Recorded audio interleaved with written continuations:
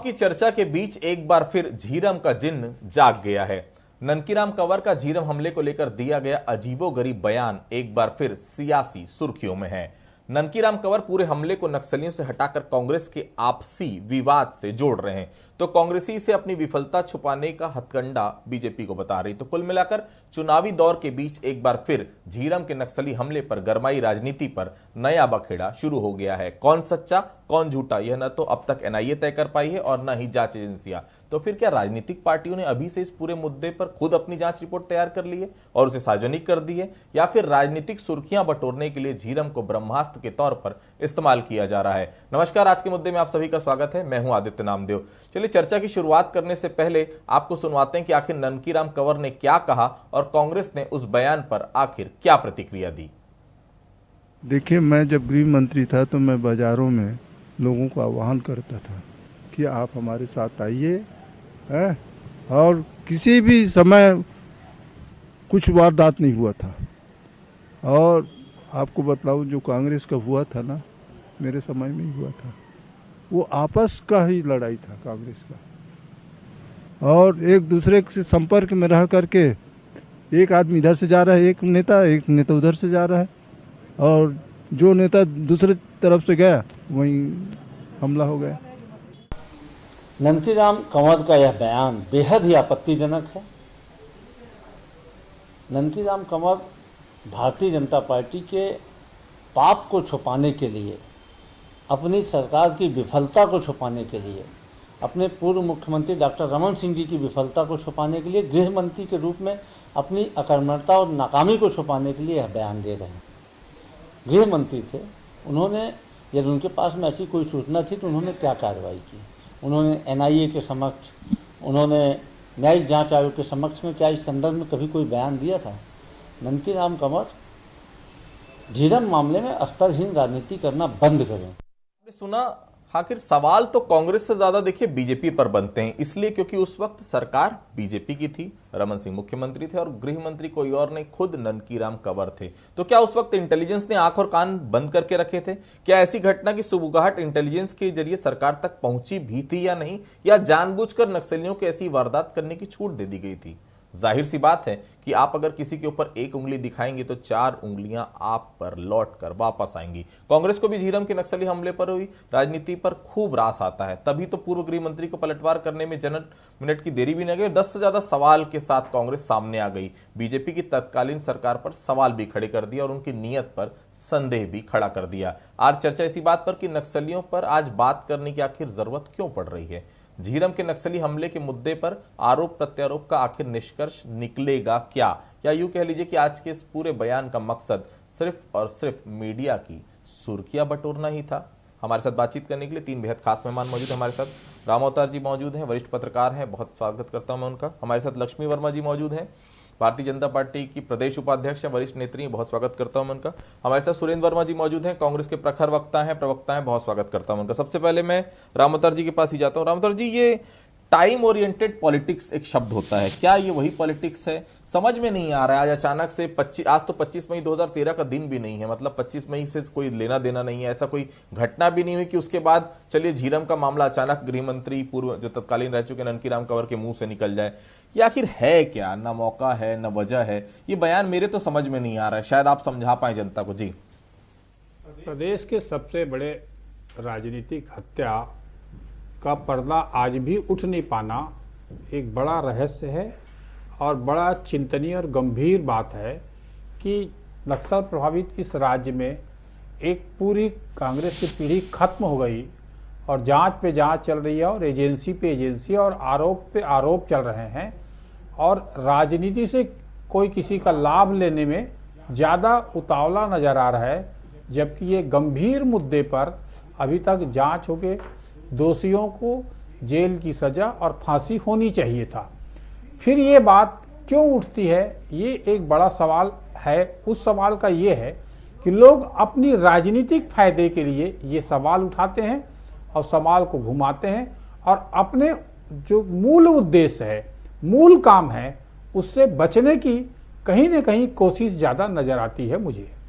जी, सुरेंद्र जी, ये झीरम का मुद्दा तो खूब रास आता है। भारतीय जनता पार्टी कहती है जब भी राजनीति होती है इसमें शुरू हो जाती है। ननकीराम कंवर की बात तो आप शुरू से कहते हैं हम गंभीरता से लेते नहीं। जब ननकीराम कंवर कोई गंभीरता से आप लोग नहीं लेते तो 10 सवाल बैक टू बैक 10 सवाल फायर कर दिए आपने। क्या मकसद क्या है इस प्रकार की राजनीति का सुरेंद्र जी?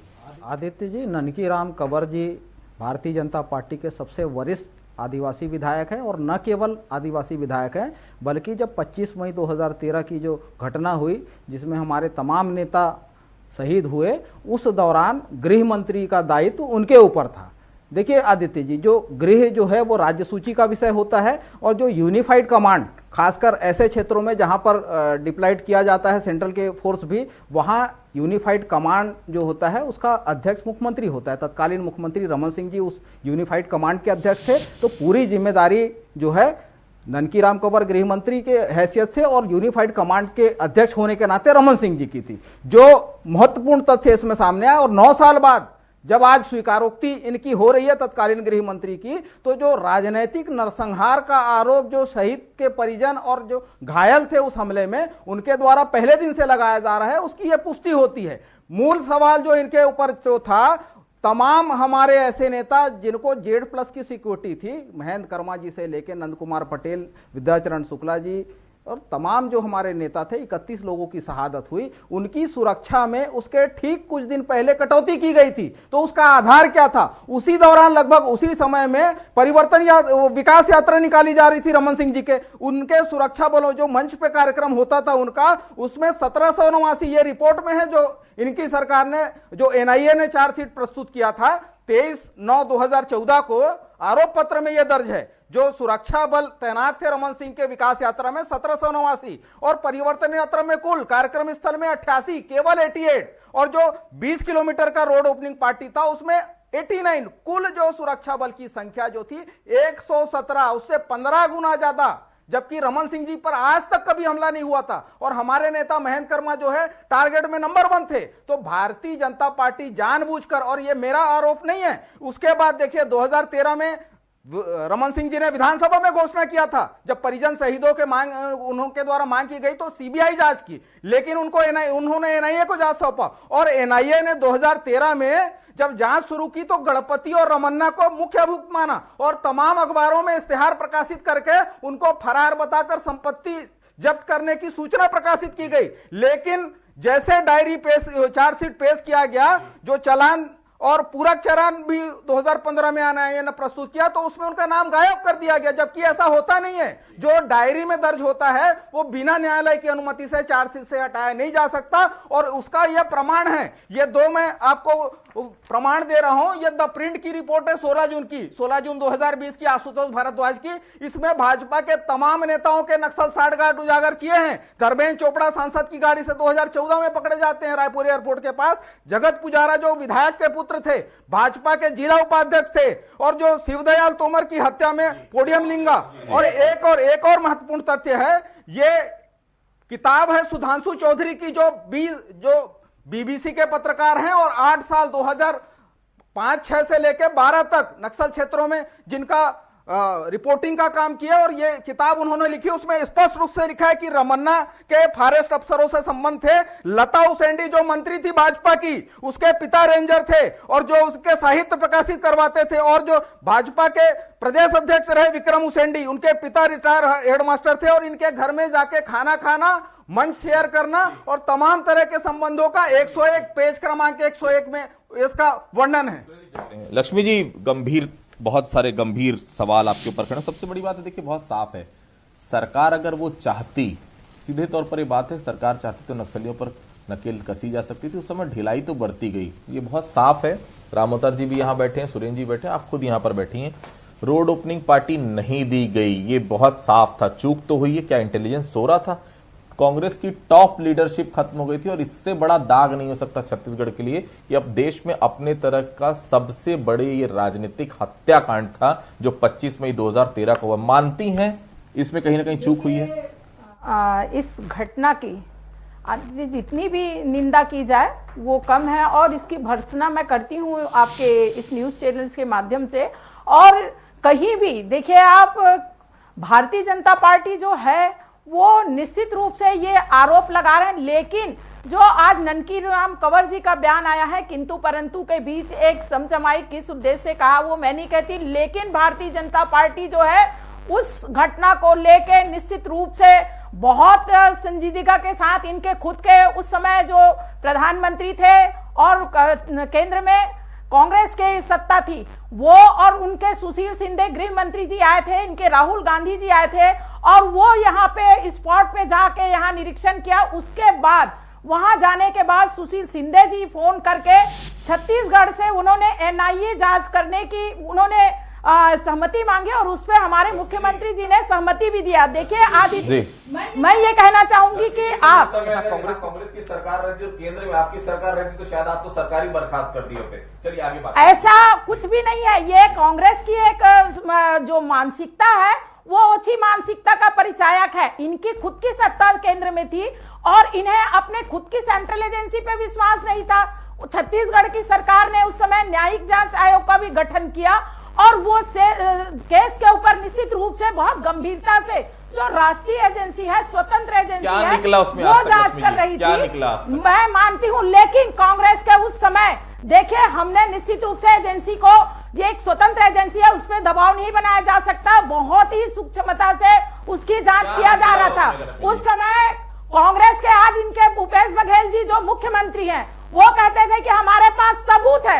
आज 4 साल इनकी सत्ता हो गई, ये क्यों सबूत पेश नहीं किए? न्यायिक जांच आयोग का गठन किया गया था, उनके द्वारा भी स्पष्ट रूप से कहा गया था कि अगर जिस भी किसी नॉर्मल भी व्यक्ति के पास अगर कोई साक्ष्य है तो प्रस्तुत करें, लेकिन क्यों उस समय प्रस्तुत नहीं किया गया? आज इनके जो छत्तीसगढ़ शासन में मंत्री है, मैं नाम नहीं लेना चाहूंगी, वो खुद घटना में शामिल थे। इनका 2 ग्रुप था। देखिए क्लियर करिए लक्ष्मी जी, शामिल थे या मौजूद थे? मौजूद थे, मैं ये कहना चाहूंगी, लेकिन वो चश्मदीद गवाह है तो वो साक्ष्य के रूप में इनके बीच में क्या बात है वो ये बताएंगे सुरेंद्र जी। दूसरी बात मैं और ये कहना चाहूंगी कि इनका 2 ग्रुप, जो उस समय तत्कालिक कांग्रेस के जो अजीत जोगी थे वो, और दूसरी ग्रुप नंद कुमार पटेल जी की अलग अलग रास्ते से गए, तो ये तो कांग्रेस के लोग ही बता पाएंगे कि क्यों ऐसी स्थिति। बाई एयर आए थे, रामोतर जी करेक्ट करेंगे जी। तो कहीं ना कहीं कांग्रेस की जो मानसिकता है वो खुद भी मुझे लगता है बहुत सारी बातों को गिना रहे थे। अभी वर्तमान में इसके केसी सत्यम जी, अभी कांग्रेसी जो इनके विक्रम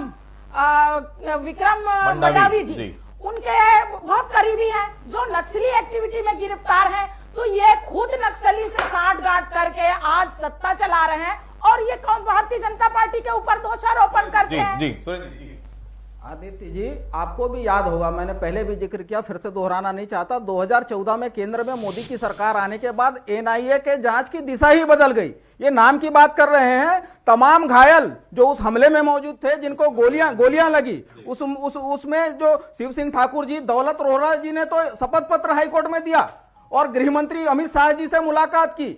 ये देखिए जांच कैसे भटकाया जाता है। घायलों के बयान तक नहीं लिए गए, जो परिजन थे जो शहीदों के, उनसे तक पूछताछ नहीं की गई। 1 हफ्ते बाद जब उनके शहीदों के परिजन घटनास्थल पर गए तो उनके चश्मा और घड़ियां और पर्स तक वहां पर पड़े मिले। तो ये इनकी संवेदनहीनता है। लगातार देखिए, आखिरी आरोप पत्र प्रस्तुत करने के बाद भी न एसआईटी गठित करने के बाद एसआईटी को डायरी सौंपी गई और उसके बाद में जितेंद्र मुदलियार ने जब दरभा थाने में रिपोर्ट दर्ज की षड्यंत्र की दिशा में जांच के लिए, तो उसको भी एनआईए ने बाधित करने के लिए हाईकोर्ट तक जाकर वहां पर आपत्ति दर्ज की। तो बताया भारतीय जनता पार्टी किसको बचाने के लिए, किसके इशारे पर इस प्रकार से घायल जो शिवनारायण द्विवेदी थे डॉक्टर, उसके साथ में सुरेंद्र शर्मा जी थे, शिव सिंह ठाकुर जी थे, आज तक उनसे पूछताछ। ये सबूत की बात करते हैं, सबूत तो अभी भी है और जो घायल और पीड़ित हैं वो घूम रहे हैं। एनआईए उनसे बयान लेना तक जरूरी नहीं समझती। तो भाजपा बताए कि एनआईए किसके इशारे पर किसको बचाने के लिए काम कर रही है। रामोतर जी, सवाल बहुत है, इसमें कोई दो राय नहीं। हम लोग भी जब स्पॉट पे गए थे, 25 मई 2013 की घटना मुझे बहुत अच्छे से याद है। आरोपी तो नहीं थी, रोड ओपनिंग पार्टी तो हम एक जनपद का कोई सदस्य वहां निकलता है तो आरोपी पुलिस देती है। इतना बड़ा काफिला आ रहा था, क्या टेलीफोन नहीं थे उस समय? क्या कोई जानकारी नहीं थी इंटेलिजेंस के पास? सामूहिक हत्याकांड देखिए, सीधे तौर पर नक्सली हत्याकांड वो हुआ और षड्यंत्र तो देखिए कोई ना कोई वो था। षड्यंत्र क्या था क्या नहीं था, एनआईए से ज्यादा विश्वास हम किस पे करें? सर्वोच्च एजेंसी भाई जो जांच करती, लेकिन आज तक वो प्रमाणित नहीं कर पाई कि आखिर ये हत्याकांड के पीछे कौन था, और अरेस्टिंग भी किसी की नहीं हुई। तो क्या ये माना जाए कि राजनीतिक षड्यंत्र वाकई में था? क्योंकि अब तक कुछ नहीं आया, भारतीय जनता पार्टी के अपने आरोप हैं, कांग्रेस के अपने आरोप हैं, लेकिन आरोपों के बीच उन 30 से ज्यादा लोग जिनकी हत्या हुई थी, उनके परिवार को इंसाफ आज तक नहीं मिल पाया। रामोतर जी। आदित्य जी, षड्यंत्र तो था, षड्यंत्र किसका था, कितना था और किस योजना के तहत ये किया गया, दुर्भाग्य से इतने सालों बाद, इतने सारी एजेंसी होने के बाद वो तथ्य अभी तक उभर कर नहीं आया है। उसमें राजनीति ज़्यादा हो रही है। भाजपा अपने फायदे के एंगल से देख रही है, कांग्रेस अपने फायदे के एंगल से बात कर रही है। क्या भाजपा के समय अगर जांच पड़ताल सही नहीं हुई तो अब कांग्रेस की सरकार है, कांग्रेस को आज उसकी सत्ता है, क्या निष्पक्ष जांच कराकर अपने लोगों को न्याय देने के लिए ये पूरे मामले के पर्दाफाश नहीं होना चाहिए? अभी तक उस दिशा में जैसे काम होना चाहिए नहीं हुआ है, एक बड़ा दुर्भाग्यपूर्ण बात है। इन राजनीतिक दलों के आरोप प्रत्यारोप के कारण जो बस्तर के भोले भाले लोग हैं उनको जिस तरह से न्याय मिलना चाहिए, वहां पर आज नक्सलवाद खत्म हो जानी चाहिए, इसका फायदा नक्सलियों को हो रहा है राजनीतिक दलों के आरोप प्रत्यारोप के कारण। दूसरी बात कि बस्तर जैसा क्षेत्र जो है, उन क्षेत्रों में अभी तक नक्सलवाद के लिए जिस ठोस तरीके से केंद्र और राज्य सरकार को मिलकर काम करना चाहिए था, वो काम नहीं हो रहे हैं। अभी भी आरोप प्रत्यारोप से कोई किसी को कमजोर करने में ज्यादा ध्यान दे रहा है, उन परिवारों को न्याय दिलाने की दिशा में कोई काम नहीं हो रहा है, और वहां पर नक्सलवाद खत्म हो जाए उस दिशा में कोई काम नहीं हो रहा है। क्या हम नक्सलवाद के नाम पर राजनीति करेंगे, वहां पर होने वाले भ्रष्टाचार की ओर ध्यान नहीं देंगे, वहां पर लोग आज भी लंगोटी में हैं उस पर ध्यान नहीं दिए, वो तो चला गया। एक पूरी कांग्रेस की पीढ़ी खत्म हो गई। अब तो कांग्रेस को भी राजनीतिक आरोप के अलग हटकर, हर पार्टी में झगड़ा है, हर पार्टी में विरोधी हैं अपने अंदर के, परंतु अपने लोग जो काम कर रहे हैं, क्या उसको भी अगर अब न्याय नहीं दिला पाए तो आम आदमी को कहां पर न्याय मिलेगा?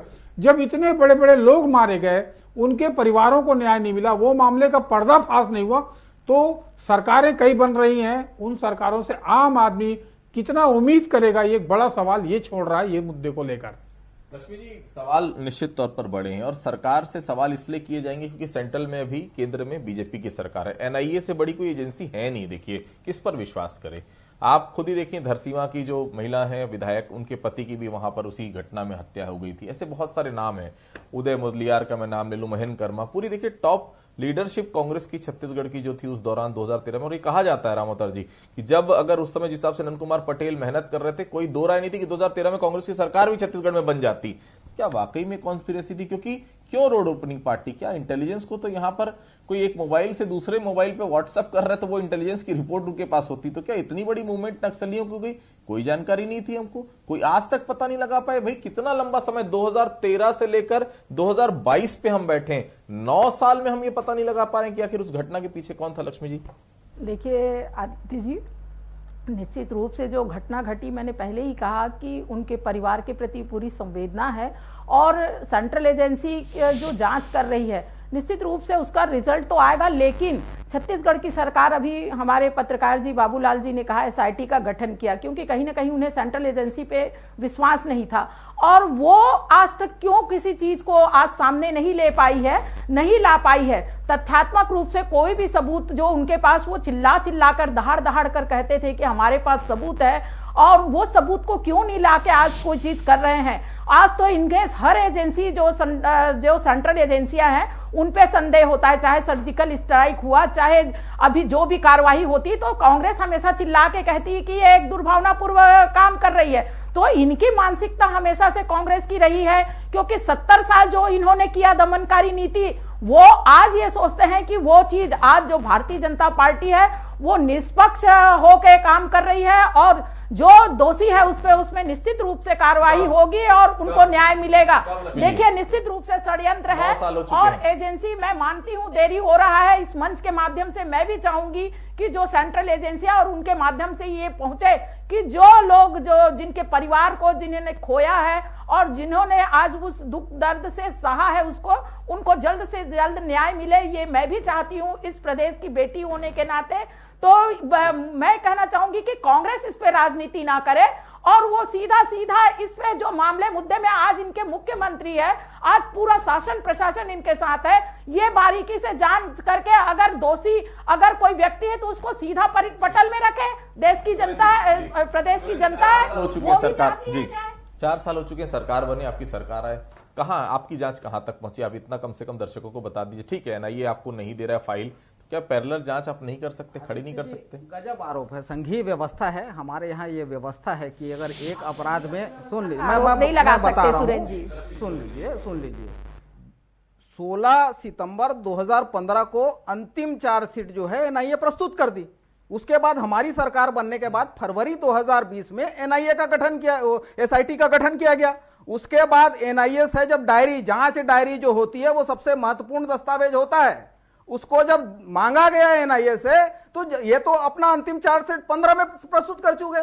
फिर एनआईए क्यों आपत्ति करती है, किसके इशारे पर आपत्ति करती है? तो भाजपा का चरित्र आदित्य जी, न हम जांच करेंगे न राज्य की एजेंसी को जांच करने देंगे, बड़ा स्पष्ट है। उसके बाद जो है, जो जितेंद्र मुदलियार, जो शहीद उदय मुदलियार के पुत्र थे और तुलिका कर्मा, महेंद्र कर्मा की पुत्री के द्वारा दरभा थाने में बाकायदा एफआईआर दर्ज कराई गई, उस पर भी भाजपा के नेता और एनआईए आपत्ति दर्ज करके हाईकोर्ट जाते हैं। मतलब ये साफ है कि आप षड्यंत्र की दिशा में जांच नहीं करेंगे, राज्य की एजेंसी को। देखिए, ये स्पष्ट है हमारे संविधान में, देखिए संघीय व्यवस्था है, यदि डायरी और जांच के दस्तावेज जो है एनआईए नहीं सौंपती और ये लगातार जाके जो संवैधानिक संस्थान हैं, जो हाईकोर्ट और सुप्रीम कोर्ट है, वहां जाकर ये बाधित करने का काम करते हैं, तो इनका चरित्र उजागर हो चुका है पूरी तरह से। सबूत की बात करते हैं, तमाम जो घायल हैं और शहीदों के परिजन चीख के चिल्ला रहे हैं कि हमारे बयान लो, हमारे पास सबूत है, वो पूछो तो सही। न एनआईए लेने को तैयार है, न गृह मंत्री देश के अमित शाह जी सुनने को तैयार है। लगातार देखिए, ये इनके षड्यंत्र, ये अभी बड़ा आरोप लगाते गुटबाजी। बी टीम किसकी थी? अंतागढ़ के षड्यंत्रकारी तो बेनकाब हो गए और ये छत्तीसगढ़ की जनता आने वाले समय में देखेगी। जिस प्रकार से 3 दिन बाद तो न्यायिक आयोग गठित किया गया था ना, जस्टिस प्रशांत के आयोग में अध्यक्षता में, ये 9 बिंदु थे, 3 महीने का कार्यकाल था। ये 8 साल सरकार में रहे, वो जांच कंप्लीट नहीं हुई। जब ट्रांसफर हुआ तब भी अधूरा था, वो राजभवन में दिए जाते हैं। भाजपा के नेता उस पर दावा करते हैं कि रिपोर्ट में यह है। हमारी सरकार ने 3 अतिरिक्त बिंदु जोड़ा है, उसमें सुरक्षा में चूक और राजनीतिक षड्यंत्र की दिशा में भी हमारी सरकार जांच करना चाहती है, जो पहले दिन से शहीद परिवार और घायलों का आरोप था। तो भाजपा जो है इस जिम्मेदारी से बच नहीं सकती और इनके जो पाप हैं वो लगातार उजागर हो रहे हैं। जितने न्यायिक आयोग के आप करिए जांच, बिल्कुल आपने एसआईटी का गठन किया और सार्वजनिक करिए उसको। ये संवैधानिक स्थिति को समझिए, व्यवस्था का आप बहाना नहीं बना सकते। 2020 में एसआईटी का गठन हुआ, क्यों बाधित किया? एनआईए आपत्ति क्यों करती है? किसके इशारे पर? प्रदेश की संस्था है, आपको लगता है आप सार्वजनिक करिए। प्रतिवाद करता हूं, आप सार्वजनिक करिए। आप फरवरी 2020 में जब एसआईटी बनाई गई तो भाजपा को क्यों आपत्ति है? एनआईए को क्यों आपत्ति है? जो दोषी है उसका चेहरा सामने आए, आप सार्वजनिक करिए। आप जनता से गुमराह करके आप अपना पल्ला नहीं झाड़ सकते, आप सार्वजनिक करिए उसको। तो देखिए, झीरम कांड 25 मई 2013 को हुआ था, लगभग 9 साल बीत चुके हैं और सबसे बड़ी बात है 9 साल में आज तक झीरम की सच्चाई सामने नहीं आ पाई। राजनीतिक षड्यंत्र था नहीं था, कौन शामिल था कौन नहीं था, कवासी लखमा की क्या भूमिका थी, एनआईए की क्या भूमिका रही, रमन सरकार की क्या उस समय भूमिका रही, इंटेलिजेंस की क्या भूमिका रही, ये सब वो सवाल हैं जिसके जवाब अब तक नहीं मिल पाए हैं। सवाल सबसे बड़ा वही है, जिन लोगों ने अपने परिवार के सदस्य को खोया, आखिर उसको इंसाफ कब मिलेगा। आज की चर्चा में आप हमारे साथ जुड़े, आप सभी लोगों का बहुत बहुत धन्यवाद। तो आज के मुद्दे में फिलहाल इतना ही, कल किसी अन्य मुद्दे पर फिर मुलाकात होगी, तब तक के लिए बहुत बहुत धन्यवाद।